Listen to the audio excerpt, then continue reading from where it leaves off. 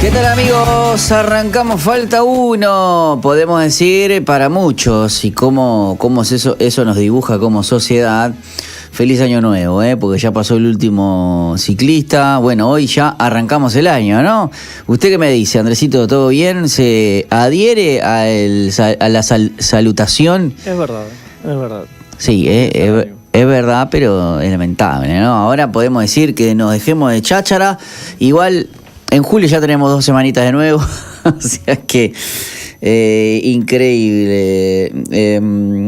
Felices de estar un programa más. ¿Dónde pasó su domingo de Pascua? En mi casa. En su casa. Usted sabe que mi familia no es cristiana y tiene una linda tradición, que es agarrar el huevo de Pascua, cosa que no tiene nada que ver con lo que en verdad simboliza o es la Pascua. Pero bueno, después de comer, lo que se hace es agarrar el huevo de Pascua, todos ponen su mano y bueno, el patriarca, por decirlo de una manera, que es mi viejo, con todas las manos de todos los niños y de todas mis sobrinas, de mis hermanas, de mi madre, bueno, lo que hacen es, bueno, mi viejo lo aplasta al huevo y ahí, bueno, se reparte, no en partes iguales. Si hay algo que generaliza y caracteriza a la familia Fleitas, es que somos competitivos y literalmente podemos sacarnos los ojos por un cacho de chocolate. Pero bueno, es algo que a mí en particular siempre me gustó, más allá de obviamente de no compartir que el huevo de Pascua no tiene nada que ver con la celebración. Es un hecho que a mí me gusta repetirlo con mi hija, lo he repetido con mi hija, pero sabiendo y haciendo las salvedades de que podemos comer un huevito de Pascua de chocolate y celebrar que tenemos un Dios vivo, que ya no buscamos entre los muertos al que vive, y bueno, hacer como un momento familiar para pasar en familia y recordar, ¿no? Y celebrar, más allá del huevito de Pascua o no, que sabemos muy bien que no tiene absolutamente nada que ver. Pero estamos felices, contentos de arrancar. Cuéntenos cómo pasaron su fin de semana, cómo pasó su domingo de resurrección. Fue a su comunidad de fe, a su iglesia. Bueno, 094-929-717, ahí están pasando también en la marquesina todas las vías de contacto que siempre estamos ahí. El 094-929-717, mensaje instantáneo, donde, bueno, compartimos la oportunidad de que si ustedes nos mandan mensajes, vamos a contestarle en el momento. Y como hacemos cada día, vamos a compartir con ustedes algunos de los titulares que hay. Hay muy buenas noticias y fotos de lo que es el Artemis 2. Esta nave o esta que vendrían a ser, después de 50 años están alucinando o ¿cómo es? Alucinando, no, alunizando, ahí va. Pero vamos a hablar de otras cosas. Accidente laboral fatal en La Valleja, un joven de 19 años murió aplastado por un tractor de establecimiento rural. Rige doble alerta amarilla y naranja según Inumet por tormentas fuertes y puntales severas. La trayectoria del ciclón en los departamentos uruguayos más afectados de vientos fuertes según Metsul. Esto lo dice El Observador. Después, bueno, ya esta semana comienza la Copa Libertadores y la Copa Sudamericana. Después, después tenemos, bueno, en Telemundo 12, advertencia de Inumet por tormentas fuertes, es lo que habla. Terminar en el Pinal, corredor Yanatacio y cambios para alimentar los troncales. ¿Cómo será la reforma del transporte en Canelones? También Nacional y Peñarol salen a escena de visitantes por la Copa Libertadores. El miércoles Nacional juega en Chile y el jueves Peñarol juega en Colombia. Después tenemos aquí tenemos Artemis 2, inició hoy la fase final de aproximación a la Luna y es inminente el primer sobrevuelo lunar desde 1972. Ustedes saben que perfectamente, si ustedes entran a la NASA en español en YouTube, pueden ver las transmisiones. Creo que están haciendo transmisiones diarias. También tenemos aquí en el país Uruguay, habló la abogada argentina que estuvo detenida en Brasil por racismo. No fue por color de piel, dice ella. Bueno, sí, ¿qué va a decir, no? Israel ataca mayor yacimiento de gas del mundo, mientras Trump rechaza propuesta de alto el fuego de mediadores. Por favor, que ojalá se termine esto antes, así baja la nafta.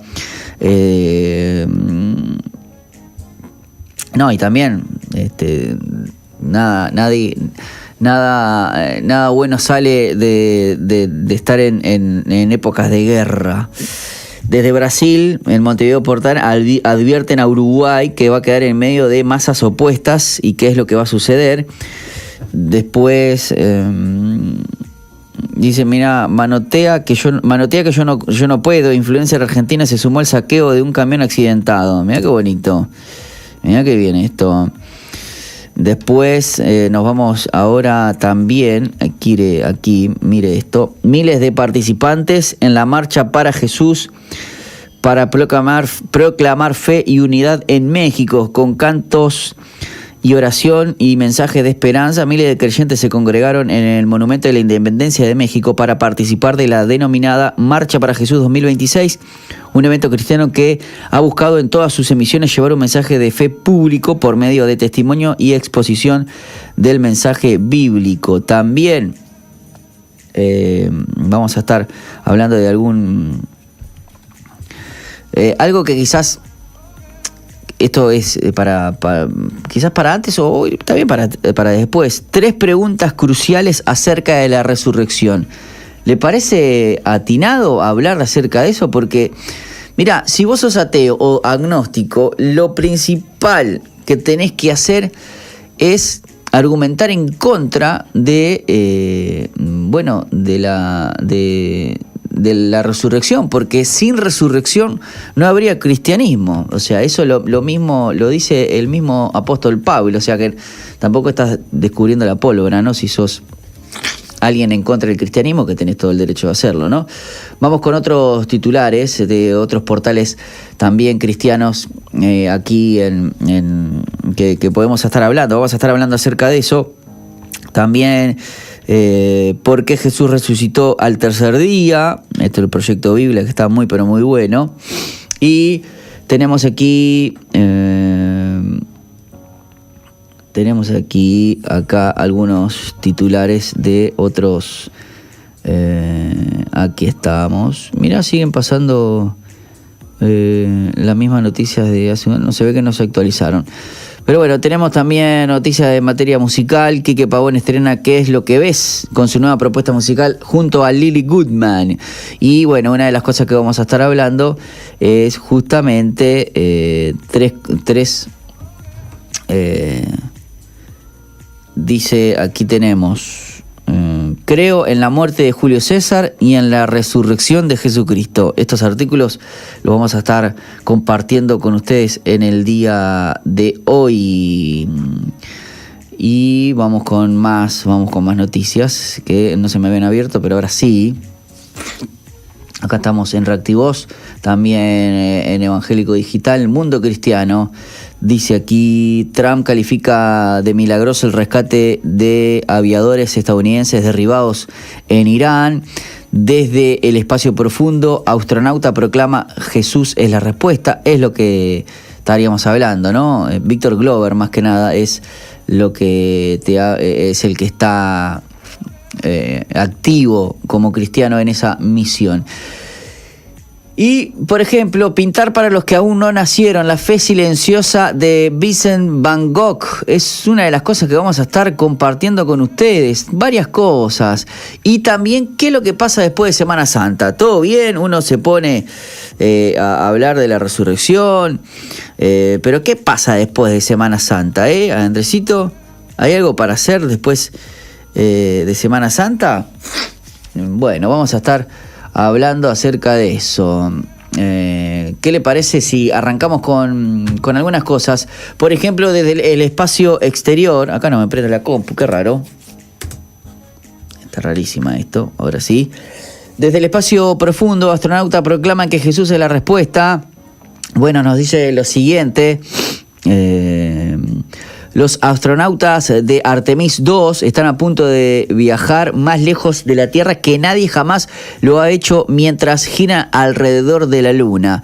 Y cuando el piloto de la misma misión, el ya mencionado Victor Glover, le preguntaron en una entrevista con CBS, si tenía un mensaje de Pascua, dijo que no tenía nada preparado, pero luego continuó hablando de su fe en Dios y en la Biblia. Cuando leo la Biblia y veo todas las cosas increíbles que se hicieron por nosotros, ¿quién las creó? Tienes este lugar increíble, esta nave espacial, estás hablando con nosotros porque estamos en una nave espacial y estamos muy lejos de la Tierra, pero ustedes están en una nave llamada Tierra, que fue creada para darnos un lugar donde vivir en el universo y en el cosmos. Usted sabe, Andresito, que creo que cada uno de los tripulantes se podía llevar un artefacto o algo que quisiera con ellos, ¿no? Y a mí me gustaría que nos cuente la audiencia. Bueno, si tenés la posibilidad de irte a la Luna, y en este caso tenés la oportunidad de viajar, ¿qué es lo que te llevarías? Por ejemplo, Andresito, ¿usted sabe qué es lo que se llevaría si tuviese la oportunidad de llevarse algo que pudiera, pero tiene que ser una sola cosa? O bueno, no sé, contame, a ver, ¿qué? 094929717. ¿Qué se llevaría usted? No sé. ¿Cómo que no sabe? ¿Qué se llevaría? Buena pregunta, ¿no? Yo me llevaría quizás una foto de mi esposa junto con mi hija. Bueno, Víctor Glover se llevó una Biblia, por ejemplo. Lo dejaron llevarse la Biblia. Así que, bueno, si ustedes están escuchando, 094929717, ¿qué se llevarían si pudieran viajar al espacio y tuvieran que hacer esto? O sea, te dicen, che, te vas 10 días, 11, y después volvés, ¿no? ¿Qué es lo que te llevarías junto contigo? Que puede ser perfectamente algo que es para recordar, ¿no? Pero bueno, algunos se pueden llevar, obviamente, el Víctor Glover, cristiano como ese, llevó la Biblia, pero me imagino que los otros dos, que los otros 3 tripulantes, creo que no sé si son cristianos o no, pero más allá de eso, lo más importante es poder llevarse algo, quizás, ¿no? Quizás la distancia que estemos de ti te haga pensar, esto lo dice Víctor Glover, que lo que hacemos es especial, pero estamos en la misma distancia que vos, y estoy intentando decir, confía en mí, eres especial. En todo este vacío, esto es un montón de nada. Esto que llamamos universo tiene este oasis, es un lugar hermoso donde podemos existir juntos. Glover ha sido muy abierto acerca de su fe cristiana. Hace varios años compartió que Jesús es la respuesta a los problemas del mundo, diciendo necesitamos a Jesús ya sea aquí en la Tierra o en la órbita, orbitando la Luna. Tenemos la naturaleza pecaminosa y necesitamos a Jesús, dijo Glover. Jesús es el puente que cruza el pecado y nos da la oportunidad de ir al cielo. Los astronautas, el Artemis 2, ya son los campeones de una nueva era de exploración y ahora están queriendo establecer un récord de distancia, como habíamos dicho, lanzando la semana pasada el primer viaje de la humanidad a la Luna desde 1972, que no se hacía. Los 3 estadounidenses y un canadiense persiguen el alcance máximo del Apolo 13 desde la Tierra. Esto lo va a convertir en los emisarios humanos más lejanos de nuestro planeta, ya que van a girar alrededor de la Luna sin parar hoy y luego vuelven a casa a toda prisa. Su sobrevuelo lunar de aproximadamente 6 horas promete vistas del lado lejano de la Luna que eran demasiado oscuras o demasiado difícil de ver para los 24 astronautas del Apolo que les precedieron. También les espera un eclipse solar total, mientras la luna bloquea el sol dejando al descubierto fragmentos de la corona brillante. Tendremos la vista de la luna, la mapearemos y luego seguiremos regresando en masa, dijo el director del vuelo Jod Freeling. El objetivo es una base lunar completa de módulos de aterrizaje, rovers, drones y hábitats. Una mirada al encuentro cercano y personal de la Artemisa 2 con otro mundo, nuestra compañera constante que es la Luna. Los astronautas del Apolo 13 se perdieron un alunizaje cuando uno de sus tanques del ogénito se rompió de camino en 1970. Con las 3 vidas en peligro, el control de misión cambió una trayectoria lunar de libre retorno para llevarlos a casa lo más rápido posible y lo más eficiente. Esa ruta depende de la gravedad de la Tierra y la Luna y de un combustible mínimo. Funcionó para el Apolo 13, convirtiéndolo en el mayor fracaso exitoso de la NASA, ¿no? Para lo que el director de vuelo Gene Kranz dijo, el fracaso no es una opción.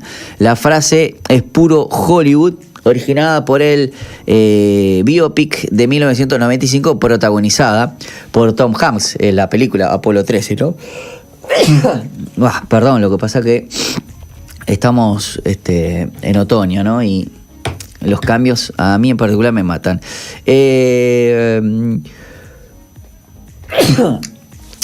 Los astronautas del Artemis 2 siguen la misma trayectoria en forma de 8, ya que no orbitan ni aterrizan en ella, pero su distancia de la Tierra debería superar lo que fue el Apolo 13 con casi 5.400 kilómetros. Cristina Koch de Artemis 2 dijo a finales de la semana pasada que ella y sus compañeros de tripulación no viven de superlativos, pero sabe que es un hito importante y que la gente puede entender y comprender, fusionando el pasado con el presente e incluso el futuro cuando se establecen nuevos récords. Durante este sobrevuelo, los astronautas se dividirán en pareja y se turnan para capturar las vistas lunares desde sus ventanas con cámaras. El acercamiento más próximo se va a hacer a menos de 6.400 kilómetros de la Luna. Como despegaron el 1 de abril, el encuentro no tendrá tanto del lado lunar lejano iluminado como otras fechas, pero la tripulación aún para distinguir fragmentos definidos del lado lejano que nunca han sido vistos por los humanos, dijo la geóloga de la NASA Kelsey Young, incluyendo una buena parte de la cuenca oriental. Llamarán a sus observadores mientras van a fotografiar escenas grises y llenas de baches a bordo de un conjunto de cámaras de calidad profesional. Cada astronauta también tiene su iPhone. Opa, la plata que tuvo que poner iPhone ahí me parece. Más informales e improvisadas. Bueno, la verdad que acá dice, Orión estará sin contacto con el control de emisión durante casi una hora cuando esté detrás de la Luna. Lo mismo ocurrió durante los lanzamientos lunares de Apolo. La NASA confía en su red de espacio profundo para comunicarse con la tripulación, pero las enormes antenas de California, España y Australia no tendrán línea de visión directa. Cuando Orión desaparezca tras la Luna durante aproximadamente 40 minutos. Literal van a estar 40 minutos solos. Ay, te quiero ver.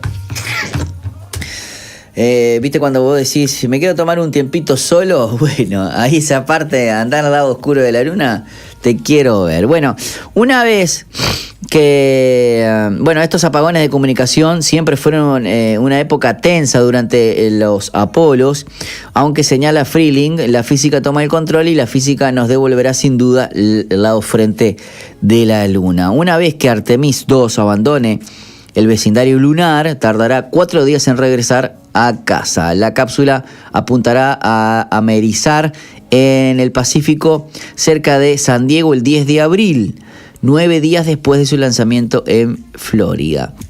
Durante ese vuelo, los astronautas se contactarán por radio con la tripulación de la Estación Espacial Internacional en órbita, y es la primera vez que una tripulación lunar tiene colegas en el espacio al mismo tiempo, y la NASA no puede dejar pasar la oportunidad de una charla cósmica. Esta conversación incluirá a ambas integrantes del primer paseo espacial exclusivamente femenino del 2019, y bueno, Koch a bordo del Orión y Jessica Meir en la estación.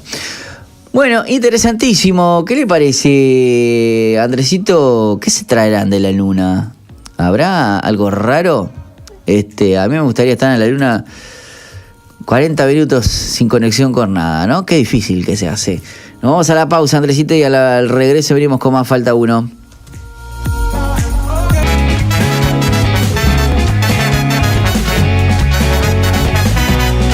Vamos a estar hablando de 3 preguntas cruciales acerca de la resurrección, porque también a veces dejamos solamente para Semana Santa. ¿Y qué hay después de Semana Santa para el ser humano? Está lindo, bien, antes le hablábamos, le recordamos a la gente que no es el huevo de Pascua y todo, pero después, ¿qué hacemos? Capaz que te quiero hacer una pregunta. ¿Cómo resumirías el Evangelio? A ver, Andrés, ¿cómo lo resumirías? Capaz que muchos dirían que es la buena noticia que Jesucristo, el Hijo de Dios, vino a morir por nuestros pecados y prometernos salvación por medio de nuestra fe en Él. Y esto en verdad forma parte del Evangelio, y quizás muchos lo incluamos o lo incluiríamos en este resumen. Pero de un tiempo a esta parte, parece que básicamente es lo único que decimos cuando hablamos acerca del Evangelio y si pedimos un resumen, ¿no? Y a veces pasamos por alto que la resurrección tiene que estar en esa presentación. Porque si no caemos en eso de que, bueno, el club de los evangélicos que no mencionan la resurrección cuando la predican. Y es que a veces nosotros los cristianos dejamos de prestar atención la importancia que significa la resurrección de Cristo, y es algo que no es nuevo, y lo vamos a ver porque en tiempo de la Biblia también pasó. En 1 Corintios, que es uno de los primeros pasajes de la Biblia que habla acerca de la resurrección, se nos muestra cómo la iglesia de Corintio había olvidado esta importante verdad. Algunas personas incluso la estaban negando. Así que imagínate algo como esto. ¿Puede un cristiano no creer en un Cristo resucitado? Es raro eso, ¿no? Pero el apóstol Pablo le recuerda esto a la iglesia de Corintio, en qué consiste el Evangelio, y presenta el siguiente resumen. Y eso está en 1 Corintios de 15, del 1 al 5. ¿Y en qué versión la vamos a leer, Andresito? ¿En qué versión la vamos a leer? En la versión de traducción actual, de lenguaje actual. ¿Y por qué lo leo? Porque a mí me gusta. Dice acá: queridos hermanos, quiero recordarles la buena noticia que les di, o sea, el apóstol Pablo a los corintios. Ustedes la recibieron con gusto y confiaron en ella. Si continúan confiando firmemente en esa buena noticia, serán salvos. Pero si no, de nada les servirá haberla aceptado. Lo primero que le enseñé fue lo mismo que yo aprendí, que Cristo murió en lugar de nosotros, que éramos pecadores, tal como lo enseña la Biblia. Fue sepultado y después de 3 días Dios lo resucitó. Primero se le apareció a Pedro, y después a los 12 apóstoles. ¿Sí? Bueno, acá ya me llegan mensajes que nos dice: buenas, Claudio. Arrancamos el año, después de una bendecida Semana Santa. Así es. La resurrección de Cristo al tercer día, según la palabra de Dios, es parte esencial del Evangelio que somos llamados a creer para salvación y debemos proclamar. Por eso es que la enseñanza acerca de la resurrección de Jesús puede sugerir o nos puede generar algunas preguntas. Lo bueno es que en los siguientes versículos Pablo responde al menos 3 de estas interrogantes que son cruciales. ¿En verdad ocurrió la resurrección? ¿Usted qué cree, Andresito? Es una pregunta medular. El tema es que Pablo le recuerda a la iglesia de Corintio, y ahí lo vemos en 1 Corintios 15, y lo vemos del 5 al 9. Como habíamos dicho, primero se le apareció a Pedro y después a los 12 apóstoles. Luego se les apareció a más de 500 de sus seguidores a la vez. Algunos de ellos todavía viven y otros ya murieron. Más tarde se le apareció a Santiago y luego a todos los apóstoles. Por último se me apareció a mí, a pesar de que lo conocí mucho tiempo después que los otros apóstoles. Por eso me considero el menos importante de los apóstoles, y ni siquiera merezco que la gente me llame así, pues le hice mucho daño a la iglesia de Dios. Bueno, eso ya es algo que dice Pablo, ¿no? El hecho de que Pablo tenga que escribirle a los corintios es algo útil para nuestra conversación en pleno siglo XXI acerca de la resurrección, porque uno puede ver que en esta nueva era moderna o posmoderna de la posverdad tendemos a ver a las personas como que antes era más supersticioso, ¿o no? No, hoy como que desarrollamos quizás, no sé, evolucionamos, pero tendemos como que los demás, en el pasado era fácil que te engañaran. Pero este texto nos recuerda que la resurrección no fue algo que todo el mundo creyó en ese primer siglo fácilmente, pero también pasa lo mismo hoy. Y es que hay diversos argumentos a favor de la resurrección de Jesús, pero la calidad de los testigos que menciona Pablo en ese texto es uno de los que vale la pena analizar. Primero, Pablo menciona a Pedro, un hombre que para el tiempo en que se escribe esa carta ya había padecido bastante por su fe y que más adelante fue martirizado, a tal punto que él no quiso ser crucificado como su Señor y pidió ser crucificado dado vuelta. Luego Pablo menciona a los otros apóstoles, que también fueron martirizados, excepto el apóstol Juan. Y entonces Pablo menciona que 500 personas vieron a Jesús resucitado, muchas de las cuales aún vivían en ese momento en que fue escrita la carta. Esto es como que si Pablo le dijera a los corintios, ¿no me creen que la resurrección es real? Pueden ir a Jerusalén y preguntarle a los testigos que siguen vivos y que han sufrido y soportado persecución de los judíos por esto. Ah, ¿vos querés pruebas? Bueno, andá a la fuente fidedigna, o sea, a la fuente misma. Sería fácil dejarme en ridículo si estoy, obviamente, Pablo les dice, sería muy fácil. Y en aquel entonces, gracias a la Pax Romana, una política del Imperio Romano, esta clase de viajes eran seguros y sin complicaciones. Además de esto, Pablo añade que su propio testimonio en la lista. Él fue testigo de la resurrección de Cristo. Él fue transformado de perseguidor de la iglesia a apóstol del Señor. Incluso llegando a trabajar más que los 12 apóstoles. Esto es el versículo 9 y 10, ¿no? Dice, por esto me considero el menos importante de los apóstoles y ni siquiera me merezco que la gente me llame así, pues le hice mucho daño a la iglesia de Dios. Sin embargo, Dios fue bueno conmigo y por eso soy apóstol. No desprecié el poder especial que me dio y trabajé más que los otros apóstoles, aunque en realidad todo lo hice gracias a ese poder especial que Dios me dio. Claro, por su pasado tuvo como que revalidar, ¿no? Acuérdense que cuando él empezó a predicar muchos como que no le creían, porque si me está queriendo convocar y capaz que después es una artimaña y me va a matar. Pero Pablo llegó a soportar toda clase de aflicciones y persecuciones por causa del Evangelio. Él mismo reconoce que sería absurdo soportar todas esas luchas si Jesús no hubiese resucitado entre los muertos. Si por motivos humanos luché contra fieras en Efeso, ¿de qué me aprovecha si los muertos no resucitan? comamos y bebamos y que mañana moriremos. Más adelante Pablo murió por causa del Evangelio, ¿no? Y los testigos de la resurrección mencionados en 1 Corintios llegaron a cambiar al mundo y fueron capaces de sobrellevarlo todo por Jesús. ¿No es sensato creer en el testimonio de estos hombres?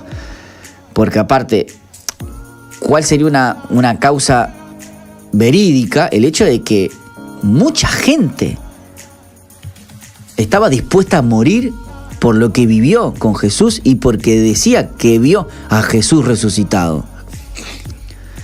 Eso sería un gran testimonio. Ahora, ¿cuán importante es la resurrección? Bueno, Pablo enseña que además de lo que debía ser obvio para toda persona, sea cristiana o no, sin la resurrección de Jesús, el cristianismo es una pérdida de tiempo, es lo que decíamos acá. Y eso lo vemos en 1 Corintios 15, del 12 al 19. Acá dice Claudio nos comparte la palabra que me quedó ayer en la reunión de Nueva Esperanza, Romanos 8:11. El Espíritu de Dios, quien levantó a Jesús de los muertos, vive en ustedes, y así como Dios levantó a Cristo, Jesús de los muertos, Él dará vida a sus cuerpos mortales mediante el mismo Espíritu, quien vive en ustedes. Así es, Claudio. 1 Corintios 15, versículo 12 al 19, en la versión del lenguaje actual, La buena noticia que anunciamos es que Dios resucitó a Cristo. Pero entonces, ¿cómo es que algunos de ustedes dicen que los muertos no resucitan? Porque si los muertos no resucitan, entonces Cristo tampoco resucitó. Y si Cristo no resucitó, esta buena noticia que anunciamos no sirve para nada, y de nada sirve tampoco que ustedes crean en Cristo. Si fuera cierto que los muertos no resucitan, nosotros estaríamos diciendo una mentira acerca de Dios, pues afirmamos que Él resucitó a Cristo. Y si en realidad los muertos no resucitan, entonces tampoco Cristo resucitó. Y si Cristo no resucitó, de nada sirve que ustedes crean en Él, pues sus pecados aún no habrían sido perdonados. Y los que antes creyeron en Cristo y murieron, estarían perdidos. Y si nuestra esperanza es que Cristo nos ayude solamente en esta vida, no hay nadie más digno de lástima que nosotros. O sea, está haciendo toda una psicología inversa para darse cuenta, de decirle a los corintios, che, ¿qué están creyendo o qué no están creyendo? Parafraseando a lo que decía C.S. Lewis, un gran apologeta y defensor de la fe, podemos decir que si la resurrección es real, entonces es infinitamente importante, y si no es real, entonces no tiene importancia. Lo único que la resurrección de Jesús no puede ser es ser medianamente importante. Claro, porque no es que está resucitado medias. O resucitó o no resucitó. Andrés, ¿es así o no? ¿Resucitó o no resucitó? No andes con medias tintas. Sin la resurrección de Cristo no tenemos por qué creer en la salvación. Es lógico, ¿no?, que Él nos ofrece. Y la predicación del Evangelio, entonces, es un sinsentido, un engaño. Todavía estaríamos bajo la condenación por nuestros pecados. Si creemos que existe un creador, un Dios creador y justo contra el cual no nos hemos rebelado, ¿no? Y no tenemos ninguna esperanza. Además, si esta es la única vida que hay, seguir a Cristo es una pésima idea, porque demanda demasiado de nosotros y mucho sufrimiento. Por lo cual podríamos más bien dedicarnos a otra cosa, o sea, seríamos dignos de lástima. Pero la resurrección es real, y esto es lo que cambia todo. Porque claro, si no, ¿para qué estás pasando todo este sufrimiento por Cristo si no crees en la resurrección? Es lógico, ¿no? Hasta por lógica. Lo bajamos por Ruffini, decía un amigo. Pablo no solo quiere convencernos de la veracidad e importancia de la resurrección, sino también de hacernos ver cómo debe impactar en nuestras vidas. Porque si no existe la resurrección, entonces no tiene sentido perseguir también la santidad y buscar vivir para Dios. Y si decimos que creemos en ella, pero no vivimos con sobriedad, entonces estaríamos engañándonos y pensando que tenemos conocimiento de nuestro Señor. Y ahora sí nos vamos a 1 Corintios 15, 32 y 34. Nos vamos un poquito más adelante. 32 y 34. En Efeso luché con hombres que parecían fieras salvajes. Pero si en verdad que los muertos no vuelven a vivir, entonces ¿qué gané con eso? Mejor hagamos lo que algunos dicen, comamos y bebamos que mañana moriremos. Ojo, mira lo que dice acá. En Efeso luché con hombres que parecían fieras salvajes. O sea que Pablo tuvo que... Andresito, o sea que Pablo tuvo que pegar unas piñas hebreas. Piensen bien. No se dejen engañar. Bien dice el dicho que las malas amistades echan a perder las buenas costumbres. Piensen bien lo que hacen y no sigan desobedeciendo a Dios. Algunos de ustedes deberían sentir vergüenza de no conocerlo. Duro, Pablo, a ese ateo que vos tenés de amigo, debería tener vergüenza de no conocerlo. El tema es el siguiente. Más adelante, luego de hablar de la gloria del cuerpo resucitado que cada creyente tendrá en un futuro gracias a la obra de Cristo y su gloriosa victoria sobre la muerte, Pablo da gracias al Señor y nos recuerda que como resultado de la resurrección, nada de lo bueno que hacemos es inútil. Y ahí nos vamos del 34, nos vamos al 56. Estoy en el primer texto de la Biblia fuera de los evangelios, que uno de los primeros que habla de que comenta de la resurrección. Primera de Corintios 15, 56 al 58. Miren lo que dice. El pecado produce la muerte y existe porque hay una ley, pero gracias a Dios podemos vencerlo por medio de nuestro Señor Jesucristo. Por eso, mis queridos hermanos, manténganse firmes. ¿Viste que dije, Andrés? Manténganse. No manténganse o manténganse. No, manténganse. Firmes y nunca dejen de trabajar más y más por el Señor Jesús. Y sepan que nada de lo que hacen para Dios es inútil. Si Jesús no resucitó, no tenemos esperanza alguna para nuestras vidas más allá de nuestra muerte. ¿Por qué esforzarnos entonces por hacer el bien a los demás? En última instancia, no valdría la pena amarnos, ni amar a los enemigos, ni buscar justicia en este mundo que está destinado solo a morirse. La resurrección de Jesús es nuestra garantía de que hay esperanza para nosotros y para este mundo. La tumba vacía de Jesús es un gran adelanto de que su voluntad justa y misericordiosa será consumada en esta tierra. En un mundo dañado por el pecado y la maldad, Dios ha triunfado. Esto nos impulsa a ser constantes, a buscar esa santidad que dijimos, a trabajar en la obra del Señor, a buscar el bien de los demás, de los hermanos, de los no creyentes, sabiendo que no va a ser una pérdida de tiempo, nada de lo que hagas, todo lo que sembraste en ese amigo que no cree en Dios, en ese primo, en esa prima, en tu hermano, en tu papá alcohólico, en tu hijo. La muerte no va a poder arruinar ningún plan de lo que Jesús planificó, sino que además de todo eso, Jesús venció en la muerte. La verdad que muy buen artículo, que se los recomiendo, que está en coaliciónporelevangelio.org. ¿Le parece, Andresito, si nos vamos a ir a la pausa? Mediten esto.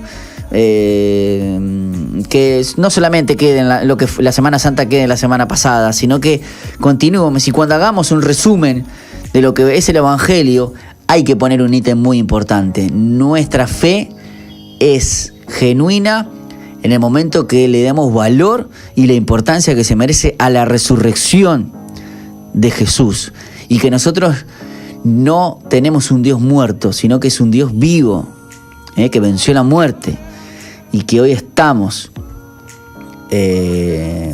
con esperanza, y que todo lo que padecemos tiene esperanza, es porque Jesús vive con nosotros. Vamos a la pausa, Andresito, y bueno, me gustaría recibir sus mensajes, 094-929-717, como lo hizo Claudio, que si tuvieron alguna palabra ¿qué palabra podríamos recatar, Andresito, que Dios le dio en esta semana, o por lo menos en ese domingo de resurrección, si es que leyó la Biblia, usted, ¿no? Porque esa es otra cosa. Después me lo dice en el corte, Nos vamos a la pausa y enseguida venimos.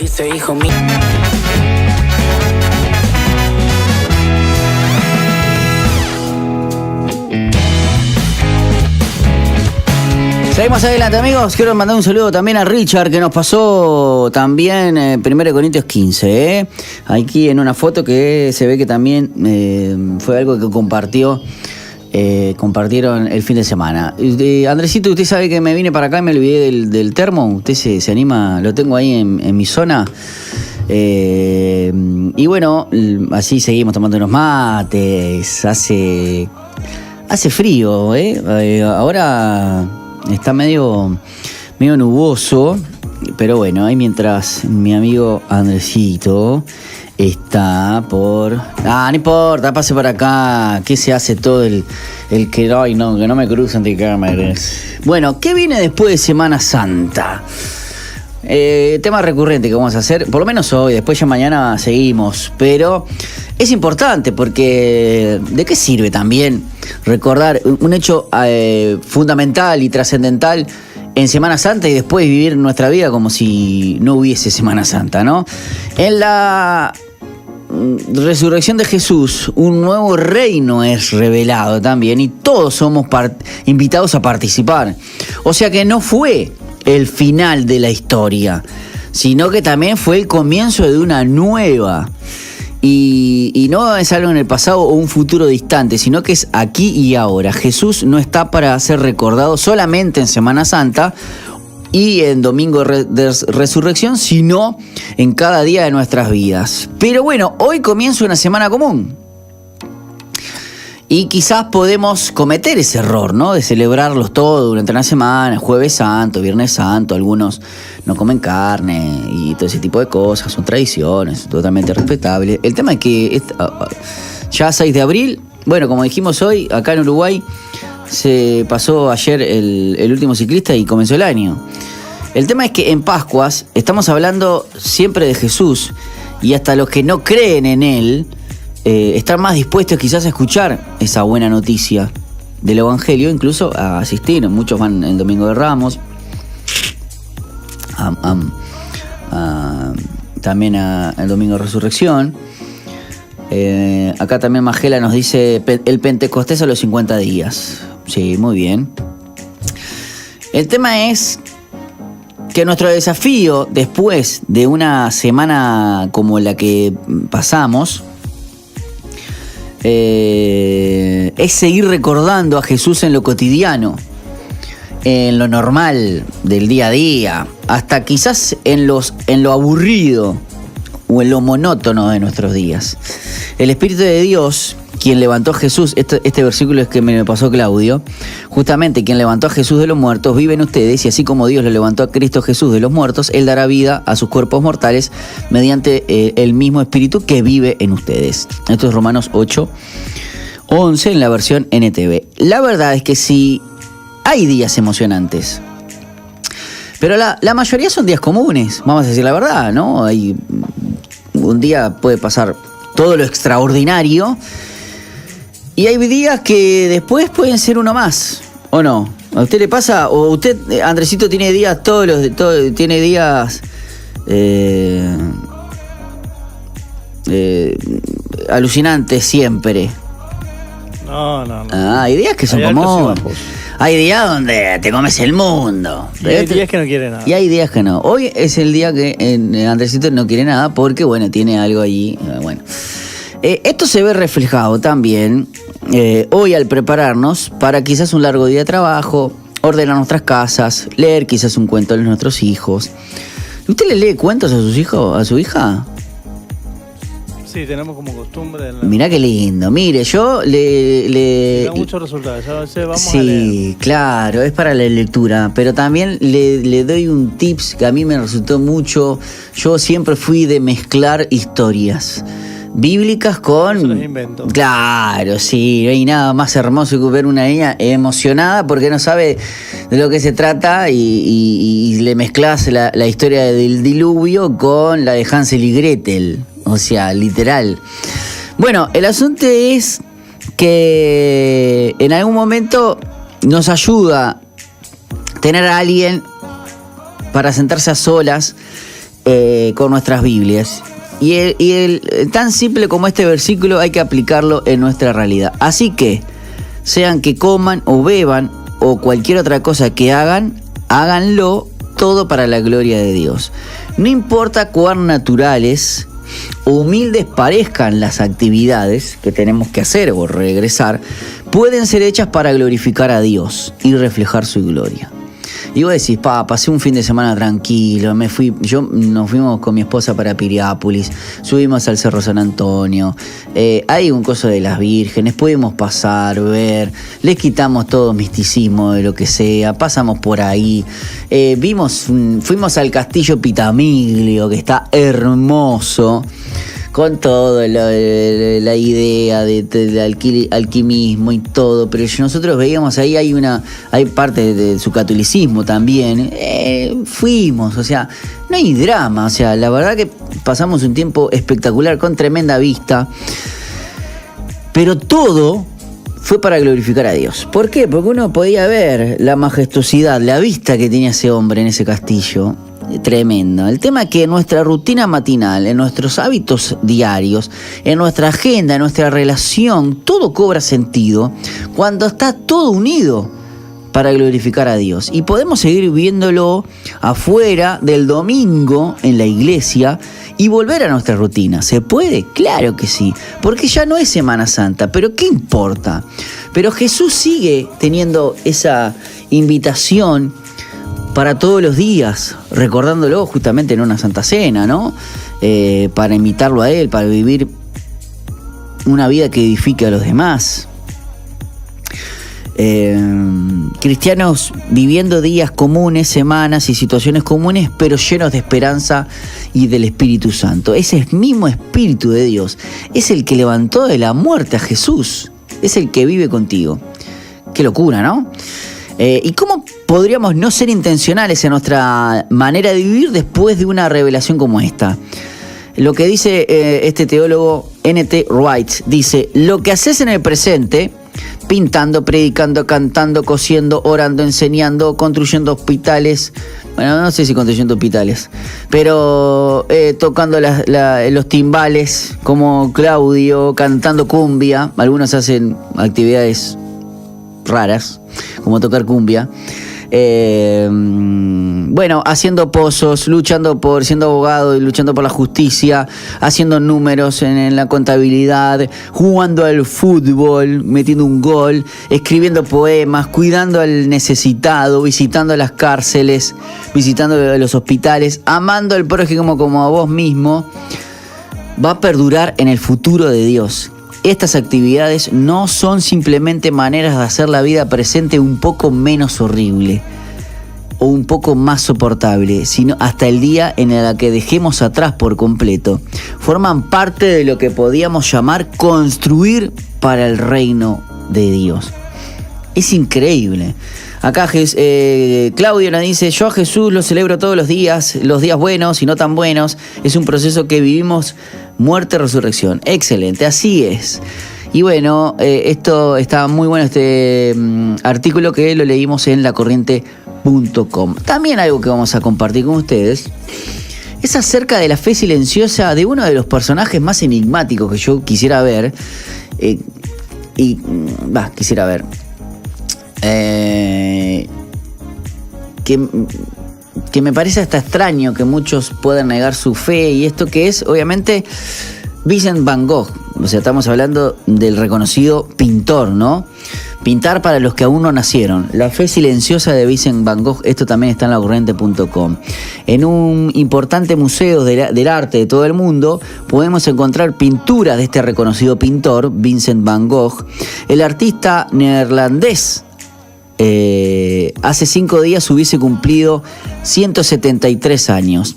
Pero gran parte de la historia detrás de este misterioso y sensible artista refleja no solamente un hombre solitario, talentoso, incomprendido, y lo que hoy denominaríamos una persona con un diagnóstico psiquiátrico, sino también a alguien que, a pesar de todo lo demás y de todo lo anterior, supo corresponder al don que Dios le regaló sin esperar ver los resultados, sembrando, sabiendo que quizás nunca logre cosechar, confiando en que el tiempo de Dios era perfecto.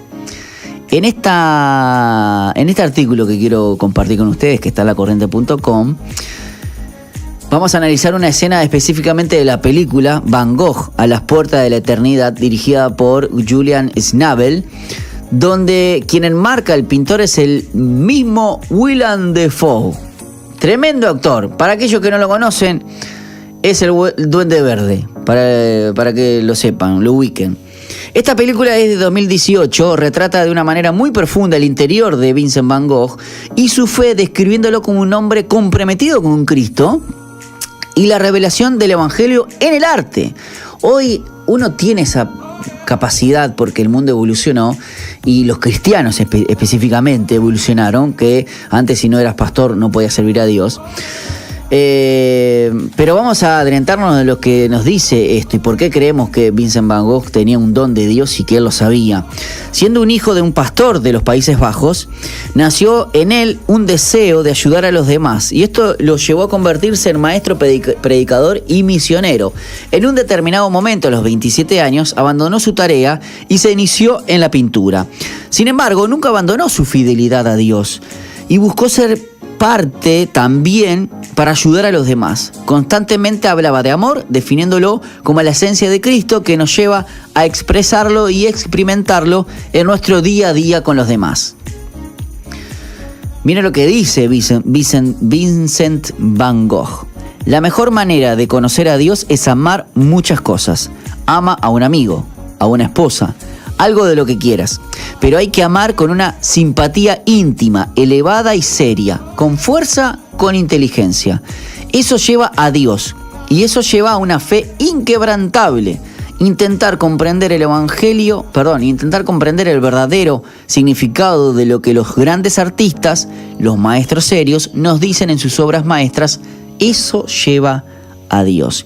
A pesar de tener cientos de obras, su estilo de pintura, más que novedoso para su época, resultó grotesco, inusual, feo e invendible, a la par de sus esfuerzos por crear lo que su cuerpo no podía contener, su mente atravesada por procesos y desequilibrios que para la época solo tenían un nombre: era un loco. Quizás hoy, en un mundo más desarrollado en materia de salud mental, la realidad podría haber sido otra cosa. Bueno, es un esquizofrénico, para la gente que aún no nació, a las puertas de la eternidad. En una conocida escena de esta película, de Van Gogh a la puerta de la eternidad, el pintor conversa con un sacerdote quien le cuestiona su trabajo artístico y su mirada sobre su propio estilo de arte. Para variar, ¿no? La élite siempre cuestionando las maneras en que Dios puede obrar. En la escena se puede apreciar tensión y un clima reflexivo que capta la mirada del sacerdote decepcionado, buscando abrir los ojos de Vincent Van Gogh sobre su estilo de vida y su errónea percepción del arte bello, ¿no? La pregunta que desencadena la tensión de la conversación es cuando el sacerdote le pregunta a Vincent: ¿crees que Dios te dio un talento para pintar? A lo que él responde que sí.